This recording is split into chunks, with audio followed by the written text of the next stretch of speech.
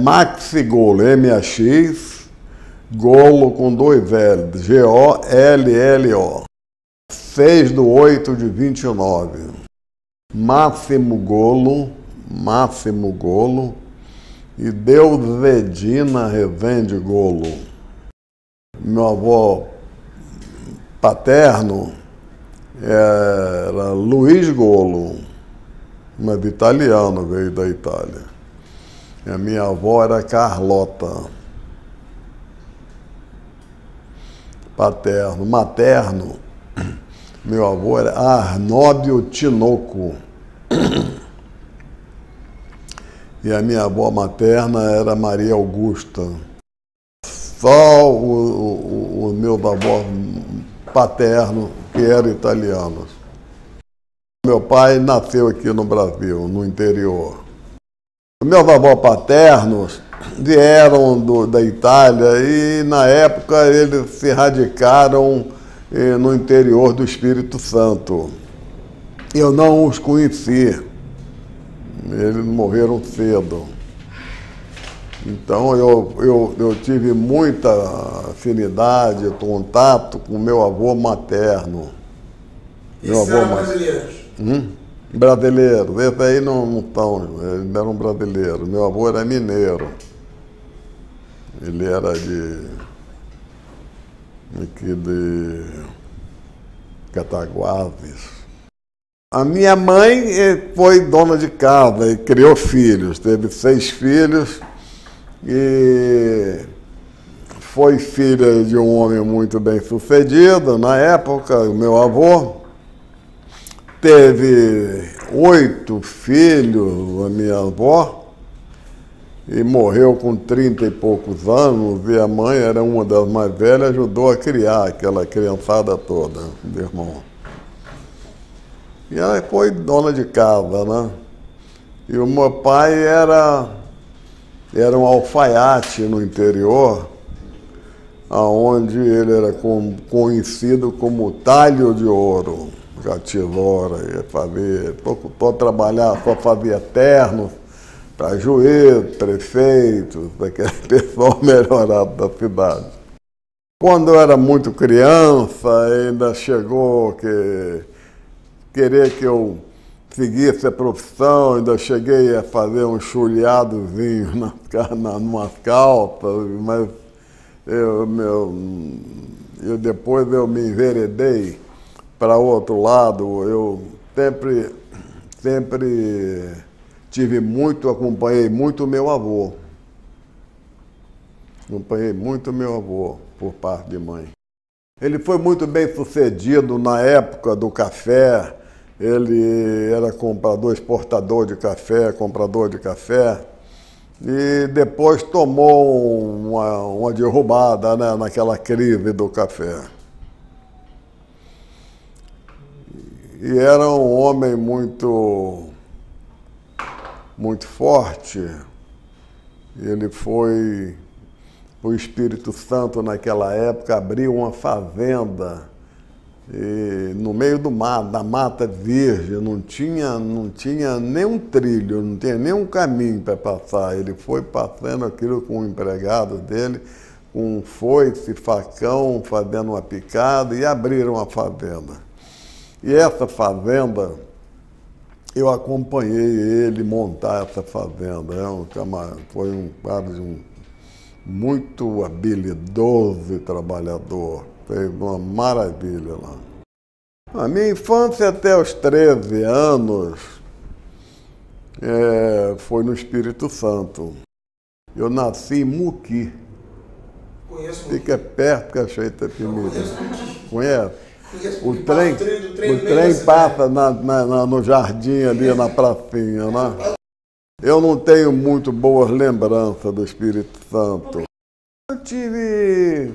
Não tive uma infância muito boa, muita dificuldade, tá entendendo? Eu vinha a ser, a minha estrela veio a brilhar aqui no Rio de Janeiro. Trabalho desde 8 anos. Com tudo, na roça, trabalhei com tudo. Eu trabalhei cortando arroz no brejo, eu trabalhei e muitas coisas assim desse tipo. Daí depois eu trabalhava com meu avô de graça, não era empregado não, com meus tios, trabalhei na fazenda, trabalhava muito na fazenda, eu gostava, criança, gostava de ajudar, né? E aquela vida gostosa de fazenda para criança, adora aquilo. Então eu trabalhava muito nisso aí. E vim com 14 anos para o Rio de Janeiro. Eu tive uma doença na perna esquerda, uma doença que dá muito, naquela época dava muito em garoto, do sexo masculino, dá no sexo feminino também, mas muito pouco. É osteomielite. E fez uma cirurgia em Cachoeira de Itapemirim, aonde não foi bem sucedido, não fizeram, naquela época não foi muito bem sucedido, porque não faziam, era atrasado a época, a medicina. E depois, com 13 para 14 anos, ela voltou e o meu avô me trouxe para o Rio de Janeiro para eu operar, fazer essa cirurgia aqui no Rio de Janeiro. Ele me trouxe para eu fazer isso, porque ele estava preocupado comigo, e depois era para eu voltar, talvez, né? Naturalmente, né? Mas eu não voltei. Eu fiquei aqui, continuei aqui. Tinha parente, eu tinha um irmão do meu pai, ele era madeireiro, tinha depósito de madeira, recebia madeira, navio de madeira, madeira muito nobre, aqui em São Januário. Fiquei na casa dele muito pouco tempo. Depois, eu fui trabalhar com um tio meu num armazém. E trabalhei muito nesse, comecei a minha vida ali, nesse armazém, Padre Miguel. Moça Bonita, era Moça Bonita, né? Comecei no armazém Moça Bonita, onde foi a minha faculdade, o embigo no balcão. E trabalhei muito nesse armazém. Eu trabalhava no balconista, eu trabalhava a arrumação do armazém todo, eu trabalhava vendendo cachaça, vermute, conhaque, manteiga, panela, coisas todas, venda de roça. Antigamente, Bangu era uma roça. E dali o armazém ficou um pouco grande. E depois eu me enveredei com transporte, logo. Nunca tive perspectiva nenhuma, nem pensava. Tudo veio acontecendo na minha vida, Eu tinha minha tia aqui, esse meu tio que eu fui trabalhar com ele nesse armazém, etc. Depois meus pais vieram para cá, mandei vir meus pais, eu já tinha condição para mandar vir meus pais. Vieram, estavam morando aqui, pai, irmão, etc. Nesse armazém, eu trabalhei nele ali, depois dali eu comecei a trabalhar com material de construção. Fazia entregas. E depois tirei carteira de motorista, dirigi caminhão imediatamente, caminhões, entendendo? Eu trabalhei em tudo quanto foi coisa aqui no Rio de Janeiro. Comecei a trabalhar com transporte muito cedo. Quando eu cheguei, era tudo muito atrasado. Bangu e Realengo, que você conhece, Padre Miguel, que era a Moça Bonita naquela época, era a época das bicas d'água, tinha bicas d'água, não tinha água encanada quase que em lugar nenhum. E as pessoas iam apanhar, tinha filas de pessoas com latas e barris para encher, ia rolando barril para encher barril de água. Era atrasado assim, não tinha transporte. O transporte naquela época era muito precário. Tinha o trem andava feito sardinha na lata já naquela época. E o transporte, nós tínhamos algumas empresas, o Trieste deve ter falado nisso, não sei. Tinha algumas empresas onde os ônibus eram todos importados, da Inglaterra, dos Estados Unidos. A mecânica muito pesada, ônibus eram até bons, eu acredito. Mecânica muito pesada, era difícil, reposição de peças, etc. Então, as empresas não andavam bem naquela época. As empresas não andavam bem naquela época. Quase todas elas não andavam, nem sempre andavam bem. E por isso que eu digo que era uma roça, né? Para a gente ir para Bangu, daqui do centro, para Padre Miguel, nós tínhamos 3 opções só. Ou nós íamos por Benfica e pela Suburbana, ou iríamos pela 24 de Maio, Maracanã, que não tinha Maracanã também, por ali, na 24 de Maio, Meia, Cascadura, ou íamos pela Botafogo Botafogo e aquele outro bairro lá da Zona Sul, como é que chama? Botafogo, onde tem o Gávea. Botafogo, Gávea e Niemeyer, Estrada Velha da Barra, e chegava lá no Campinho, Cascadura, pegava a antiga Intendente Magalhães, que era a antiga Rio São Paulo. Daí é Bangu. Tinha 3 opções só, não tinha Avenida Brasil ainda. O trem era a melhor condução, é a única que tinha praticamente, era o trem. Eu trabalhei dirigindo caminhão, fazendo tudo quando foi tipo de transporte aqui no Rio de Janeiro. Transporte de feira, mudanças, fazendo aterro para pessoas todo esse. Depois eu comecei a trabalhar com material de construção, eu era fornecedor, eu me fiz fornecedor de uma firma de material de construção, que era o único, na época, concessionário do cimento Mauá, que é o único cimento que tinha, e era muito racionado, entendeu? Era muito racionado o cimento. E essa firma só vendia tanto saco de cimento para cada cliente que comprasse outras coisas. E eu comecei a ser bem sucedido na minha vida ali. Porque o gerente da firma, ele era muito neurastênico e nervoso, estúpido, e ninguém aguentava trabalhar com ele. Mas eu, com vontade de ficar bem na minha vida, com muita vontade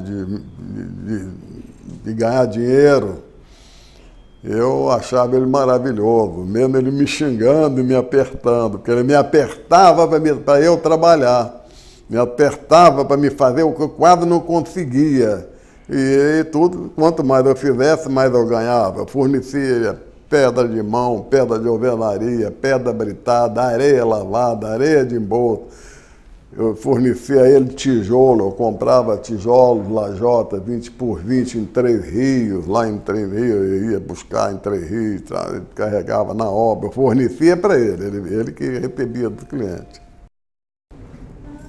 Como era lá, né? Muito bonito. Olha a estação de Moça Bonita. Pode só tem um chamado de Meganha, um policial militar de roupa amarela. Você pode mostrar outra foto, por favor? Aqui em Bangu, o trem passava, a linha do trem passando na estação de Bangu, tinha cancela. Ao Cinema Vitória e a padaria Mercúrio, um de cada lado. Ok. Em Moça Bonita, você vê a estação de Moça Bonita, você não vê uma casa. O pessoal está vendo um policial militar com uma senhora e o agente da estação, do outro lado. Aqui, ó. Não sou dessa época lá, essa época é um pouco mais antiga do que eu lá, tá? Mas é bonita essa foto para lembrar. Foi muito melhor, tudo melhor. Aqui em Bangu eu comecei a progredir, comecei a evoluir, trabalhar muito, tá? E comecei a namorar, namorei uma moça muito bonita, muito direita, muito certinha. E os pais dela brigavam muito com ela porque eu estava enrolando, porque eu falei com ela que só ia casar o dia que nós estivéssemos na nossa casa. E eu fiz a casa, comprei os móveis, vim com ela na Praça 11, de comprar uns móveis Chipandelli muito bonitos na época. Depois vim no Dragão da Rua Larga comprar tudo para uma casa que eu preciso de uma casa. Fiquei desde 7 horas da manhã até de noite com ela na loja, no Dragão da Rua Larga, comprando tudo. Montei a casa. E aí nós nos casamos no dia 10 de dezembro de 55. Valire, V-A-L-I-R-E, Valire. E estamos casados há 53 anos. Eu casei em 55, quando eu acabei em 55, eu parei, porque eu casei e ficava um pouco difícil ficar ausente de casa. Aí surgiu a minha entrada no transporte de passageiro, porque eu fui muito feliz porque quando eu entrei no transporte de passageiro, era muito precário, existia lotações. Cascadura Bangu, Senador Camará, não sei o quê, Campo Grande Bangu, não sei aonde, e aqui por aqui todo, né? E as lotações eram muito precárias, as lotações da gasolina, Ford, Chevrolet, Studebaker, aquelas coisas de 14 lugares, outros de 20, mas muito precários, né? E eu entrei com a primeira lotação meu, assim que a Mercedes-Benz veio para o Brasil, que deu esse avanço nessa parte de transporte aqui. Ela fez o primeiro caminhãozinho Mercedes-Benz de 6 toneladas. Desse caminhão, nós começaram a fazer as lotações Mercedes-Benz, diesel, com chassi, 20 lugares, lindo, bonito, bacana, e econômico, seguro. E eu comecei com uma lotação desse novo, comprei a prestação, e comecei com essa lotação e fui muito bem sucedido no transporte. Eu comprei a lotação, o chassi em São Paulo, ainda não tinha praticamente aqui no Rio. Eu comprei o chassi em São Paulo e encarrocei na carroceria Pilares. Essa lotação, comecei a trabalhar e ganhar muito dinheiro. Era um negócio muito bom mesmo. E logo, imediatamente, com muito pouco tempo, eu fui fui para o segundo, para o terceiro, para o quarto, para o quinto. Eu cheguei a ter 5 lotações. Era individual, só podia ter um no nome da pessoa. Botei um no meu nome, do meu irmão, do meu cunhado, não sei quem, do outro irmão, tinha 5 lotações. Aí eu já não dirigia mais, porque eu não tinha tempo de dirigir. Eu fazia manutenção dos carros, eu fazia recebimento de férias, fazia essa coisa toda, né? Nas lotações eu era o único dono. Antigamente, não é como hoje, que fazem tudo fora da lei com facilidade, igual está o transporte hoje. Antigamente não podia. Essas lotações iam a bisturi, para emplacar tinha uma dificuldade monstruosa para se emplacar uma lotação. Mesmo com a necessidade do governo de fazer transporte, era difícil. Muito, itinerário, velocidade, tudo. Tinha o tempo, naquela época, eles botavam... a gente abria lotação, abria o que é? Abria velocidade, a gente sabia fazer na bomba injetora, abria velocidade, para correr mais, porque tinha que ser limitado a 55 quilômetros. É muito pouco 55 quilômetros, um carrão bom daquele, e o passageiro também tem pressa. E de vez em quando vinha os policiais não sei como é que chama, era na Praça Tiradentes naquela época, aquela polícia de trânsito civil, guarda civil de trânsito, de perneira, roupa verde, de cap, né? Bom, muito rígido. Eles tinham uma rodinha de bicicleta com um velocímetro e botavam no estribo do carro e mandavam de correr. Estava com mais de 55 e ia preso. Então, era fiscalizado, era muito fiscalizado. E era mais organizado. Não podia abrir empresa, não tinha empresa de lotação. Não existia empresa de lotação. Vou chegar lá. Não tinha empresa de lotação. Lotações eram individuais. Eram individuais e realmente essas lotações, embora bons, organizados, legalizados, pagando o tempo tudo direitinho, eles foram, como se diz, foram ruinosos para as empresas de ônibus que existiam. Porque as empresas já eram precárias, os ônibus já eram ônibus, muito conforme eu falei, ônibus muito importados e peças caras e com dificuldade. Então, essas lotações aí ainda prejudicaram muito essas empresas. Eu tinha, foi uma pena acabar, porque eu tinha 5 lotações, eu tinha 10 montes de dinheiro por dia. O cara pegava os motoristas, nós todos, donos de lotação, trabalhavam um regime de comissão. Não tinha carteira assinada, não tinha INSS, fundo de garantia, não tinha nada. Então trabalhavam no regime de comissão. Era 10, 15, 20% da férias bruta que eles faziam. Eles mesmos faziam as férias, eles que diziam quanto foi. Eles diziam quanto é que foi feito de férias.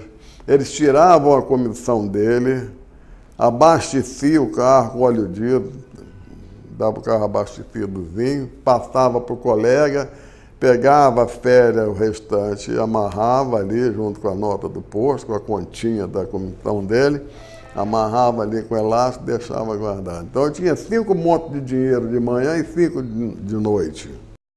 Eu sei que foi um negócio muito rendoso, ótimo, maravilhoso. Se não acabasse, teria sido até bom. Mas, graças a Deus, como nós todos, principalmente eu e nós todos acompanhávamos sempre os que ficaram no transporte, que aí veio o governador Carlos Lacerda, que eu considero um grande governador, aquele homem, um grande empreendedor. Ele acabou com lotação individual. Foi inteligente, ele acabou com lotação individual, baixou um decreto, não pode ter mais. Só pode ter empresa de lotação. Aí alguns de nós ficamos, os outros todos saíram fora com medo de empresa. Então, alguns de nós ficamos, os que estão aí hoje, praticamente. Então, eu também fiz. Em 1962, eu fundei a Autoviação Bangu, em Bangu. Eu fundei essa empresa. Eu com mais um grupo, com nossas lotações. E começamos a trabalhar. E logo o governador acabou com empresa de lotação. Primeiro ele acabou com empresa, depois ele acabou com a empresa de lotação, só pode ser ônibus. Porque ele foi muito inteligente, ele foi muito empresário nisso. Porque se ele não acaba com lotação, mesmo empresa, e virava um caos. A população estava crescendo muito, a obra, as indústrias. Aí veio a Avenida Brasil, veio Maracanã, veio isso, veio aquilo, os conjuntos habitacionais, aquela coisa, a coisa estava explodindo. E nós, quem era trabalhador, como eu e outros que ficaram no transporte, também ficou de vez. Cada uma medida que o governo tomava, também era melhor para a gente. Ele forçou, o governo nos forçava muito para a gente também crescer. Ele precisava que a gente crescesse. Na época que acabou a lotação, foi difícil começar com o ônibus. Nós não tínhamos crédito, nós não tínhamos conhecimento. Foi muito difícil para a maioria de nós. Eu comprei 2 ônibus primeiro usados, e transformei uns 3 ou 4, 2, 3 ou 4, comprando uma longarina, usando o motor do lotação, diferencial, caixa de mudança, botando um radiador novo, coisa, e mandei encarroçar ônibus, com um troço mais ou menos, para começar. E foi 1, 3, 5, 14, para chegar a 25, aí começamos a aparecer, né? Começamos a ter crédito, a comprar. Eu montei com sócios. Ah, você montou com sócio? Eu, não foi sozinho. Quando foi a primeira empresa de lotação, já foi com sócio. A segunda de ônibus, quando acabou a lotação, foi com sócio também. Depois dos sócios foram saindo aos poucos, nós fomos comprando, tá entendendo a parte deles. Parente meu tinha tem o meu parente casado com a minha irmã. Era José Paiva. Esse morreu num acidente de avião. A minha empresa de ônibus sempre foi Cascadura Bangu. Cascadura Bangu. Montei a empresa, quando eu montei foi Cascadura Bangu. Já fazia com lotação, Cascadura Bangu, depois montei a empresa de ônibus Cascadura Bangu. Com o crescimento, foi fazendo Cascadura Bangu, Cascadura São do Camará, Cascadura Jardim Novo Realengo, aí foi aumentando, né? A minha garagem, a primeira garagem minha, quando eu montei a empresa, era num posto de gasolina, numa sala envidraçada que ele tinha virada para Rio São Paulo ali. Logo, logo eu comprei um terreno que era um galinheiro, um negócio de galinha, na Francisco Real. Tinha um galpão, a gente usou aquele galpão para começar, né? Foi ali que ia secretário de transporte ali me pedir para botar mais ônibus, que o governador estava apertando para nós botarmos mais ônibus, na Francisco Real. Quando nós tínhamos lotação, ainda chegamos a pegar um pouco de paralelepípedo lá em Bangu, chegamos a pegar ali na Intendente Magalhães, era encascalhada, um pedaço, logo depois asfaltaram, não me lembro quando, mas logo asfaltaram. E quando começou a surgir aqueles conjuntos habitacionais, aí começou a surgir asfalto para todo lado, muito asfalto. Para você ter uma ideia, quando eu consegui fazer aquela linha de Cascadura, Jardim Novo, Realengo, não sei se você conhece, deve conhecer o Jardim Novo, Realengo. Quando eu comecei a fazer aquela linha de Cascadura, Jardim Novo, Realengo, que o bairro estava crescendo muito, Capitão Teixeira, aquilo tudo ali, eu tinha um jipão 3/4 velho do Exército, todo amarrotado. É com esse jipão que eu pegava com algum funcionário meu lá da empresa, sábado e domingo, às vezes, ou em horas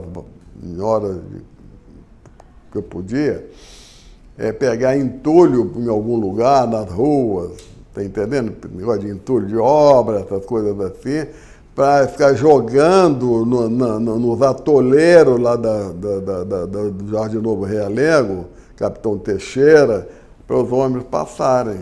Que também houve muitas vezes que a gente também tinha que ir lá puxar com esse jipão o ônibus que estava atolado.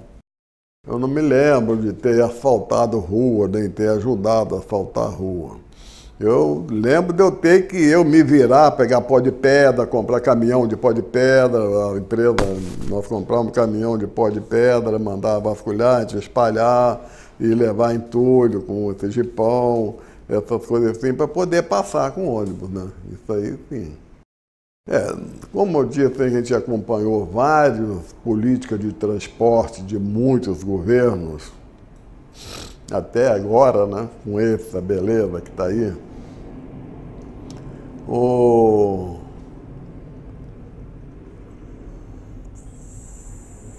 Durou muito tempo, de 64 até agora. A empresa está lá em Bangu, não é minha mais não, mas está lá em Bangu. Aí foi o seguinte, eu te falei que cheguei a 25 ônibus, depois o governador baixou um decreto que o mínimo de 60 ônibus. Foi difícil a gente chegar, mas chegamos, eu comprei, me lembro, 2 empresinhas pequenas, e depois de 60 ônibus, nós não tínhamos trégua, acompanhando a política de governo. Veio o decreto de 120 ônibus, chegamos a 120 ônibus, e assim veio vindo. Ultimamente, a última teve um governo onde estava com um projeto pronto, até o decreto pronto para o secretário assinar, de 240 ônibus. 240 ônibus a gente não ia aguentar. Então, nessa hora de 240 ônibus, que não chegou a sair, isso foi um pouco de política, pessoal nosso mesmo.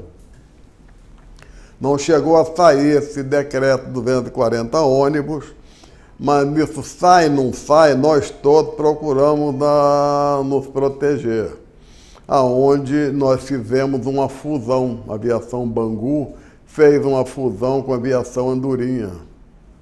É uma outra empresa do mesmo tamanho, do mesmo porte, com umas linhas mais ou menos idênticas, mais ou menos do mesmo faturamento. Então fizemos uma sociedade, fizemos uma fusão. Daí ficou a empresa de 240 ônibus, que depois chegou a 270 e poucos ônibus. Depois dessa fusão, depois de 11 anos dessa sociedade, nós desfizemos dessa sociedade. Nós fizemos uma cisão, voltamos, cada um ficar com a tua ali. Já não era mais os mesmos donos da Andorinha, já eram outros donos. Não vendi a minha parte. Essa cisão foi mais ou menos em 2001, parece, 2001. Não sou mais sócio, eu vou explicar por quê. Aí eu fiquei no mesmo lugar onde eu tinha Aviação Bangu, na mesma garagem que era da Aviação Bangu, mas com o nome de Aviação Andorinha, a antiga Andorinha. Por quê? Na hora o meu sócio me perguntou: Max, você fica onde você quiser, você pode escolher. Quer ficar com a Bangu, quer ficar com a Andorinha? Falei, eu vou ficar lá onde eu era mesmo, na rua Boiobi, lá em Bangu, mesmo com o nome de Andorinha, porque a Andorinha estava lá. Já estava lá com o nome de Andorinha. E nós fizemos essa cisão em 2000, 2001, mais ou menos. A Aviação Senhor do Bonfim eu comprei em 1984, comprei em 84, mas não tem nada a ver. Eu comprei aquela empresinha lá, era uma empresinha pequena, o Angra estava muito pequeno ainda, e eu comprei aquela empresa caindo aos pedaços, tinha 27 ônibus em péssima situação, a garagem horrível. Eu comprei, eu nunca operei aquela empresa por muito tempo. Aí eu tive lá um genro, depois desse genro eu tive um outro genro à frente, e eu nunca operei. Então acontece o seguinte: com o fracasso das empresas da Zona Oeste, a minha empresa aqui fracassou também. A minha empresa, que era uma galinha dos ovos de ouro, virou uma coisa deficitária com as Kombis. Kombi. O nosso caso aqui na Zona Oeste é Kombi, não é van, é Kombi. A pior coisa que tem é a Kombi.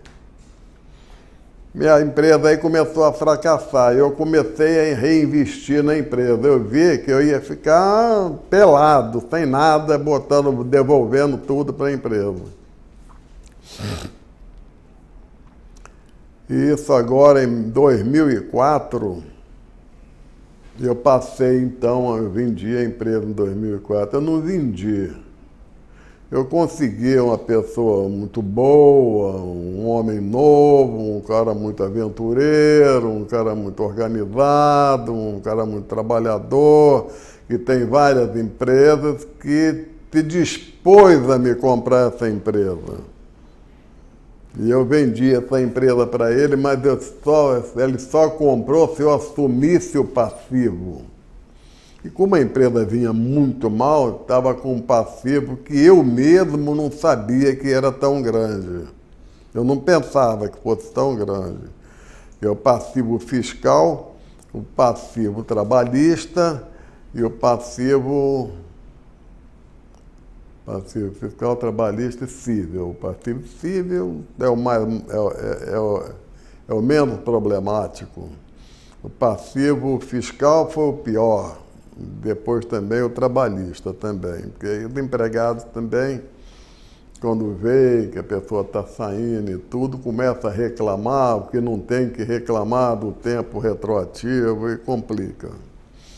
Como eu vendi a empresa e assumi o passivo, o dinheiro que eu vendi a empresa, a gente faz a confrontação todo mês, tudo que se paga, tudo que a empresa paga, passivo e tudo que a gente tem que receber. Eu vou ter que ficar ainda algum tempo pagando o passivo da empresa, para poder... Esse é o ônus que eu vou ter para sair dessa empresa inteiro. Vou ter que estar ainda pagando passivo trabalhista e passivo fiscal por algum tempo mais. E estou muito satisfeito de ter saído dela. E eu rezo todo dia pelo comprador. Peço a Deus que ajude a ele, que ele consiga sobreviver. Porque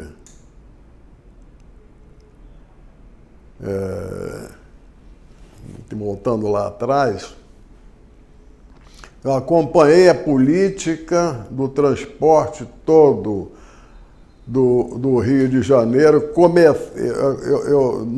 Eu e nós todos de ônibus trabalhamos, está entendendo?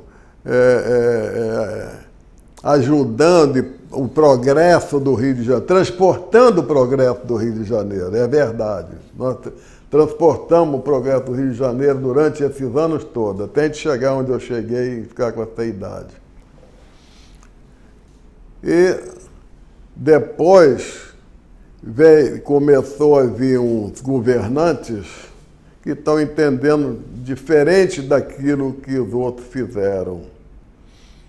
Se hoje tivesse o governador Carlos Lacerda aqui como governador, hoje já tínhamos mais metrô, já tínhamos mais transporte melhor, tínhamos um ônibus articulado aqui, já tínhamos tudo na Avenida Brasil. De maneiras que aquilo que aqueles governos fizeram, acabar com lotação, que era um espetáculo de 20 lugares, com chassi Mercedes-Benz, fazer hiperlotação, fazer ônibus, botar ônibus melhor, e veio fazendo esse tempo todo desse governo. Agora, o transporte de hoje é Kombi. Vocês vão na Zona Oeste, vão em Bangu, vão em Bangu, vão em Campo Grande, Santa Cruz, vocês veem o absurdo que tem a desorganização de transporte hoje no Rio de Janeiro. Ao ponto do nosso prefeito, ultimamente vocês todos viram, queria fazer uma licitação aqui no Rio de Janeiro só no filé mignon, aqui na Zona Sul. Nem falou em Zona Oeste, porque sabe que ninguém vai querer nada de lá. E com isso, eu que fundei uma empresa em 1962 e amava ela e trabalhei esses anos todos nela e estava enraizado, uma coisa linda a empresa, está lá hoje para vocês verem na Rua Boiobio, 1992, em Bangu, vai lá ver que empresão. ver as instalações, que espetáculo que tem. E eu praticamente perdi para as vans. Eu não, porque eu nem estava muito à frente, nunca tive muito à frente disso. Mas eu acredito, e havia comentário, tinha os que queriam os 200, tinha os empresários que queriam os 240 ônibus. E tinha os empresários como eu que não queria, porque eu não podia. Mas não foi, fizemos fusão, lutamos, nova sociedade, novos sócios, trabalhamos muito, sócios todos muito bons, todos muito trabalhadores, todos muito honestos. Até que quando começou a ficar difícil a situação na Zona Oeste, é por isso que a gente fez essa fusão, essa cisão. Fizemos essa cisão, porque o negócio já não estava valendo mais nada. Estava caminhando para não valer mais nada. Como não está valendo nada as empresas da Zona Oeste. Eu saí em 2004 agora aqui da minha empresa que eu fundei em 1962. Mas eu já tenho essa minha empresa em Angra desde 84. Essa eu estou à frente dela. Hoje eu moro no Leblon. Vou fazer 80 anos do ano que vem. Não ando tão bem de saúde, né? Porque com essa idade a gente sempre tem algumas coisinhas. E estou indo segunda-feira para Angra e estou voltando sexta de noite. A minha mulher fica sozinha aqui, com a mesma idade que eu tenho, e eu fico sozinho lá com o empregado. Comprei porque os corretores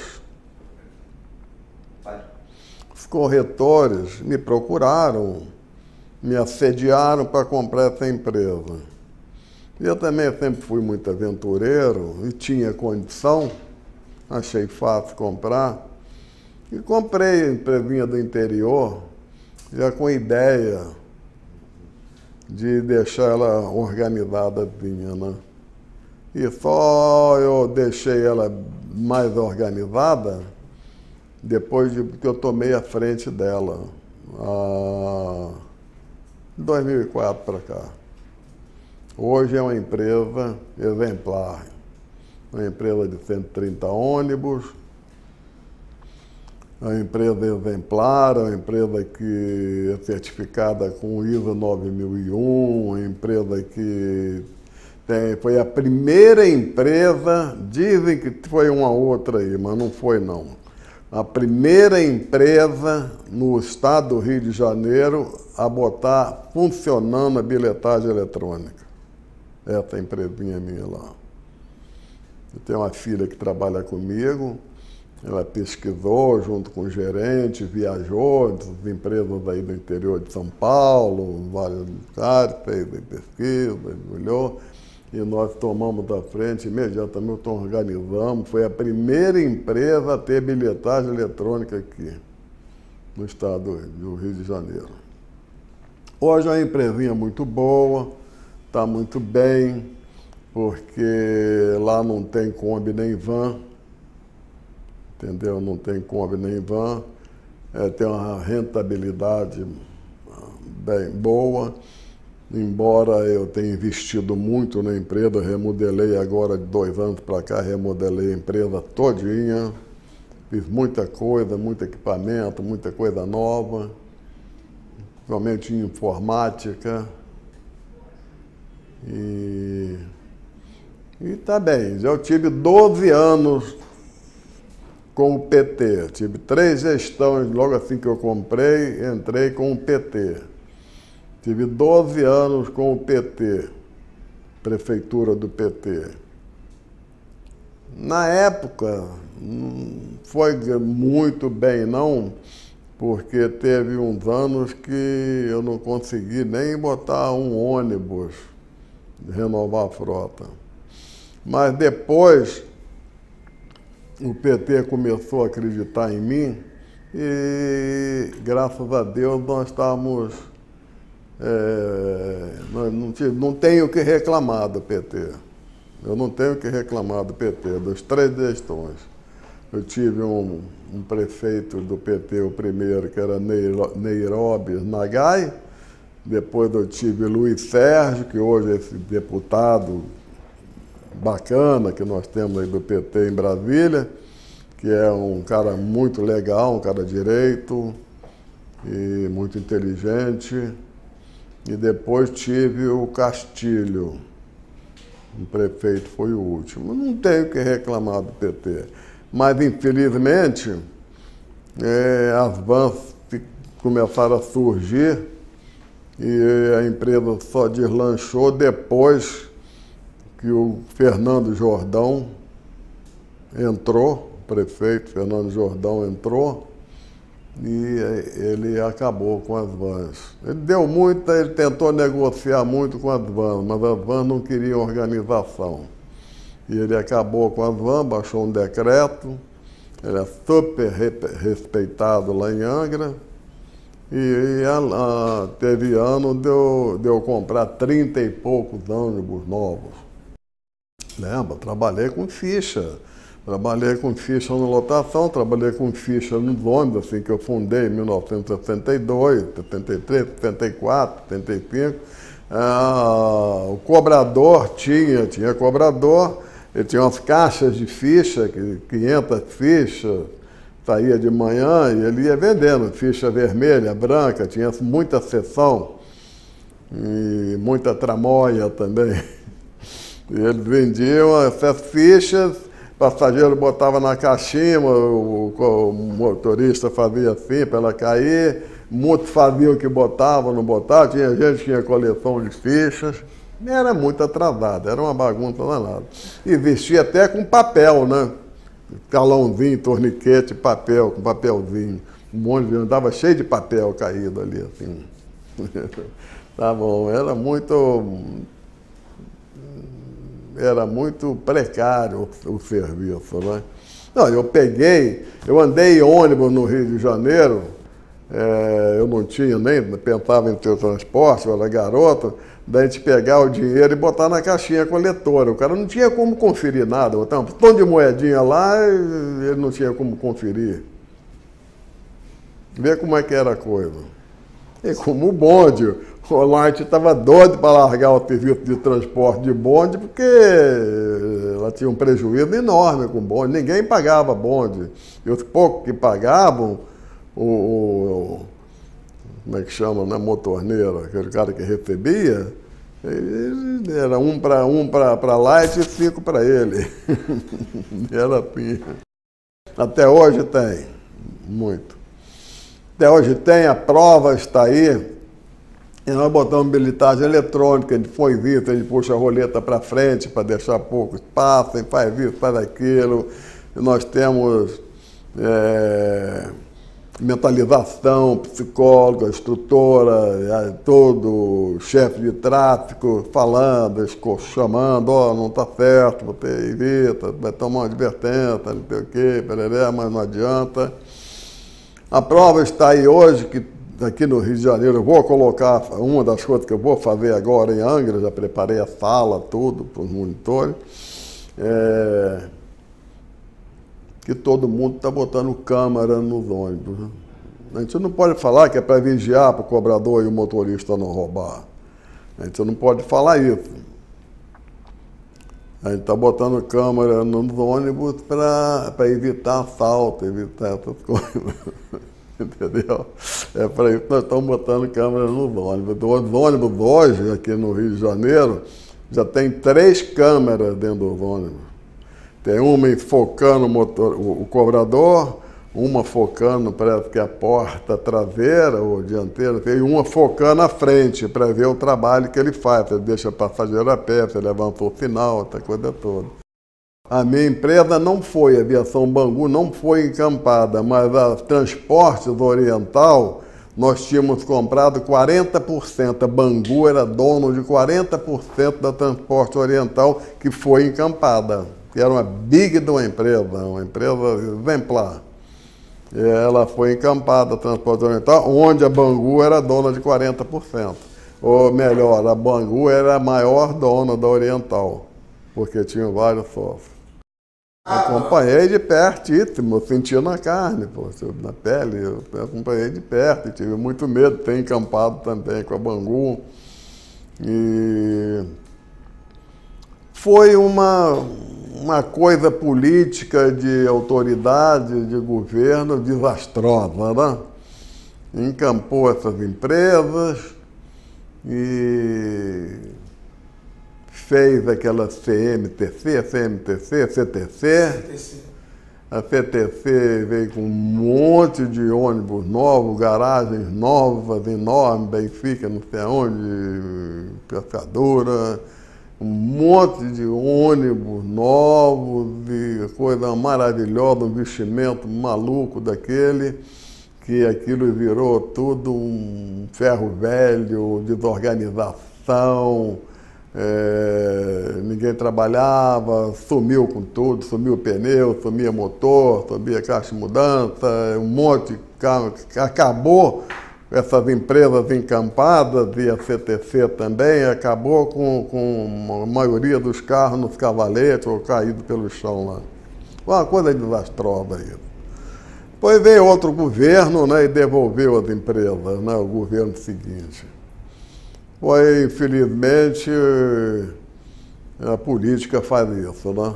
O governador Brizola foi um grande governador, ele nos fez aí essa linha vermelha, junto com o governo federal, ele tomou várias providências boas, ele foi um dos governadores que mais investiu na educação, ele fez esse CIEP, coisas maravilhosas, nunca teve no Brasil uma coisa tão bem feita como o CIEP, feito pelo Brizola. Muito bom o CIEP, uma coisa muito bem construída, uma coisa exemplar. Isso ele fez de bom, fez muita coisa boa. Quando recuperamos, ela estava em ferro velho. Tudo, instalações arrebentadas, escritório, utensílios, os ônibus, todos horríveis. Nós procuramos, na época, eu com meus sócios, e nós levantamos a empresa, compramos ônibus novos e fizemos obra, ficamos fazendo obra um tempão, recuperando a empresa. Ficou bonita de novo, ficou boa. Aí logo a seguir, infelizmente, veio outra coisa pior, veio as Kombi. A empresa, às vezes, chega a ficar empatando com esses trancos. A empresa, às vezes, fica deficitária, às vezes fica mais ou menos, até se recuperando. Ué, ninguém dá nada a ninguém. O supermercado não dá nada a ninguém, fábrica de automóvel não dá nada a ninguém, as lojas, ninguém dá nada a ninguém. Nenhum de nós trabalhamos de graça para ninguém. E funcionário público não trabalha de graça, nem ganha. Os políticos gostam de ganhar dinheiro. Ninguém dá nada. Agora, por que gratuidade? Porque é fácil dar o que é dos outros. Não tinha que ter gratuidade. Não tem que ter gratuidade. Tinha que ter uma passagem muito mais barata, porque quem paga essa gratuidade não é o empresário. O empresário não tem que sobreviver. Vai aumentando cada vez mais a passagem. Quem paga essa gratuidade é o trabalhador, é o sofredor, o que mais trabalha, é o que trabalha, que carrega no Brasil nas costas. É o operário. É o menos favorecido, é o que paga, é o que anda de ônibus, porque quase todo mundo hoje também tem automóvel. A criação do Vale do Transporte obrigou o patrão a pagar a passagem dele, ajudou muito. Antigamente, ele que tinha que pagar a passagem dele. Com o Vale do Transporte hoje, todos nós temos que pagar. Se você tiver uma empregada doméstica em casa, você tem que pagar a passagem dela. Se não tivesse o Vale do Transporte,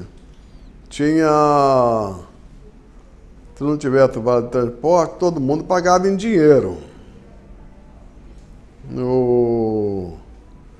O Vale Transporte, quando ele foi feito com papelzinho para o ônibus, foi um desastre.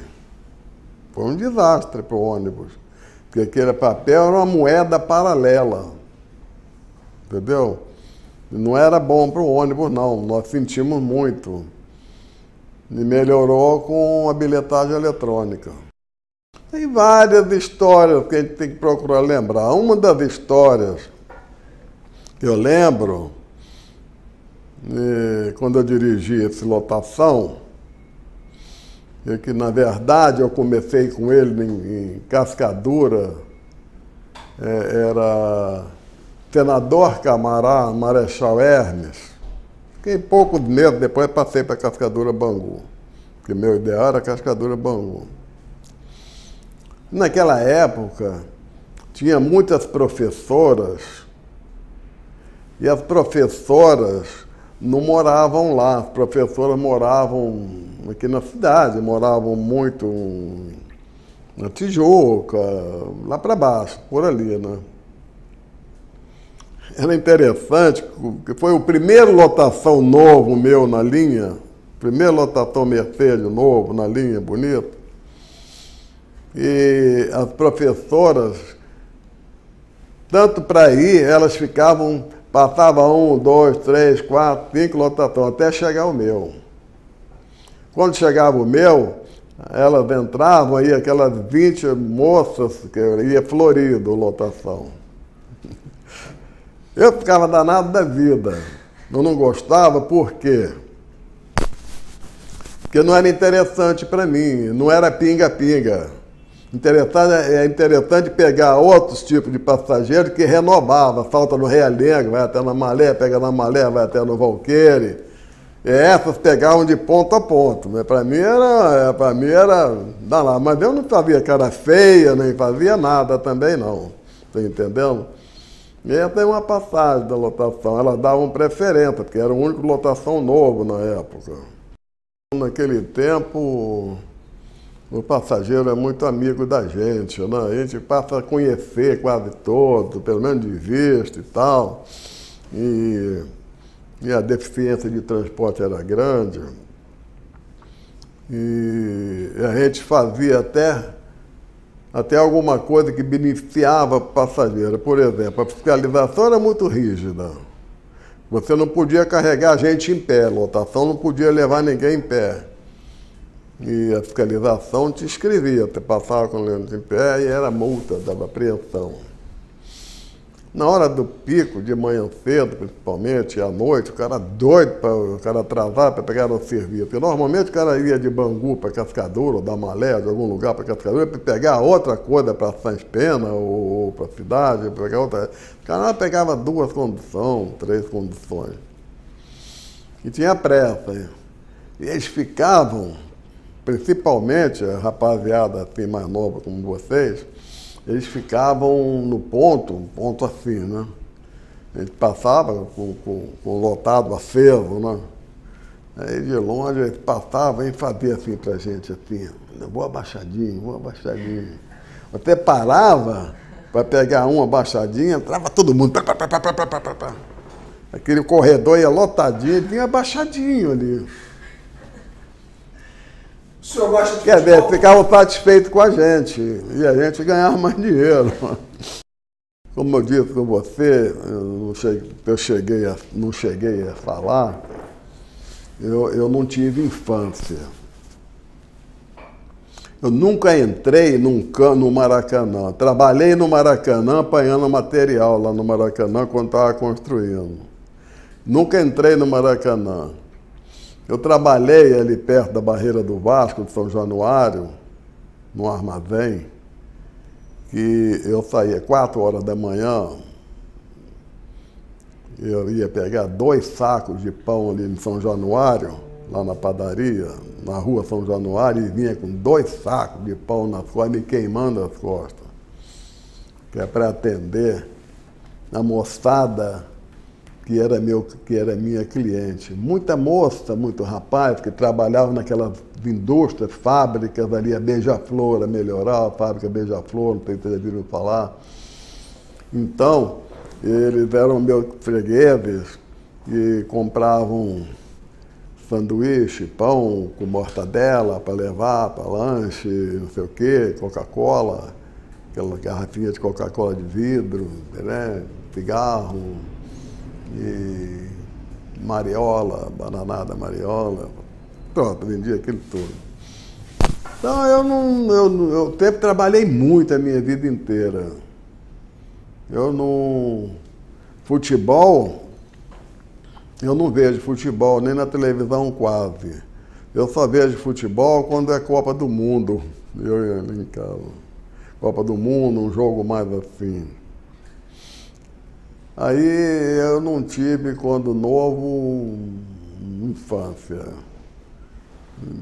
por causa do trabalho. E a minha vida melhorou depois de um certo ponto. Depois de uns 45 anos, eu comecei a aproveitar um pouco mais a vida. Você não posso reclamar. Quantas horas por dia você trabalhava? Trabalhou a vida inteira, o médico? Olha, deixa eu te responder, mas deixa eu acabar de falar para não esquecer. Eu fiz pesca oceânica no Yacht Clube do Rio de Janeiro, com uma lancha Brahmar, de 2 motores, duplo comando, e cheguei a ganhar numa etapa 2º lugar. Então, ainda dei uns 4, 5 anos, fazia pesca oceânica. Então, o único lazer que eu tive na minha vida foi pesca. Eu fazia pesca, ia para Ilha Grande, ia para esses lugares todos, pesca de fundo, currico e tal, essa coisa toda. E passei isso para alguns amigos meus. Eu teve colega meu que era muito nervoso, muito ansioso, muito neurastênico, tinha dor nas pernas, perna igual pedra de gelo, reclamando, colega de sindicato, que nós éramos da diretoria do sindicato das empresas, e ele chamava ele para pescar e falava, não tem paciência para estar dando banho em minhoca, não sei o quê, o presidente. Aí até que eu levei ele um dia. Desse dia que eu levei outras vezes, ficou o maior pescador do Rio de Janeiro. Esse foi um. E teve um outro também, que fazia a mesma coisa. Eu falava, pesca de um peixe desse tamanho, não sei o quê. Eu quero ver o português, quero ver, eu duvido. Não pega mentira não, Correia. Não, eu quero ver. Então vamos ver, fui ver. Pegamos um dia, vamos pescar na Ponta Negra de fundo, pegamos 12 garopas e 2 badés, tudo de 6, 8 quilos. Ficou maluco. Logo comprou uma lancha de 50 pés, não sei o que, arranjou o melhor marinheiro do Rio de Janeiro, tomou o marinheiro do dono de fábrica de lanche, o Davi Moreira, e ficou o maior pescador. Então foi esse aí. Mas aí você me fez uma pergunta. Eu nunca tive média assim, determinada. Eu tinha caminhão, quando eu comecei a fornecer material de construção para Kaiserman, esse depósito que eu havia dito, de cimento Mauá, eu era muito apertado, eu tinha que trabalhar muito. Eu trabalhava o dia todo aqui e pegava areia no Guandu, areia no Cabuçu, areia lavada, isso, pedra na Pedreira Bangu, isso, aquilo outro, fazia entrega de coisa, de entreguinhas de material. E à noite eu ia para Entre Rios, 3 Rios, chegava lá, às vezes com chuva, 11 horas da noite, 1 hora da manhã, 2 horas da manhã, o dono da olaria acordava, tinha colônia ali, uma colônia, acordava uma molecada lá, rapaziada, e me carregava o carro, ele tirava a nota lá, sonolento, me dava, eu vinha embora, amanhecia entregando tijolo lá em Realengo, Novo Realengo, tudo. Eu dormia. Numa época eu trabalhei na estrada também, durante alguns anos, eu tomava Perventir para não dormir. Eu já tomei Perventir assim de 4, 5 dias para não dormir, e depois eu tinha que parar de tomar porque estava começando a ver visagem na estrada. Começava a ver visagem, começava a fazer bobagem, quase sair da estrada e dar freada porque assustava com alguma coisa que não tinha. E aí tinha que parar e tomar um leite gelado e tal, e dormir mesmo, né, para até ver. Mas eu trabalhei igual um monstro a vida toda. E depois, quando comecei com o ônibus, mesma coisa. Chegasse lá em casa, eu já de roupinha limpa para dormir, 10, 11 horas da noite, no princípio da empresa. Seu Marcos, o carro tal tá com assim assado, a embreagem, tem que trocar a embreagem, o Lorival já foi embora. O Lorival não aguentava mais, pois já estava morto e cansado, não ia mandar buscar mais ele em casa. E eu ia para lá e trocava, arriava a caixa de mudança do carro e trocava o platô de embreagem, trocava a embreagem, o disco de embreagem e tal, montava para o carro sair de manhã cedo. Trabalhava demais. Na verdade, eu e a maioria desses meus colegas que estão aí hoje de ônibus, sempre trabalharam muito. Muito mesmo. Eu fui diretor do sindicato, fui diretor tesoureiro do sindicato 30 anos. Não, eu nunca tive problema, porque o tesoureiro, ele só tem ocupação e responsabilidade com o negócio de dinheiro do sindicato, que é muito sério. É um dinheiro de todo mundo. Então, isso a gente tinha que ter cuidado, né?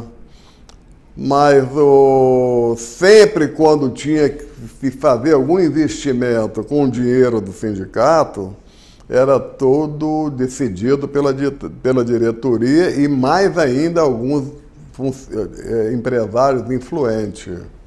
Então, nunca tive problema não, né? E eu teve uma fase, como eu disse para vocês, que meu avô abriu uma fazenda no Espírito Santo e eu acompanhava muito ele quando criança, aquilo parece que ficou um pouco aqui na veia.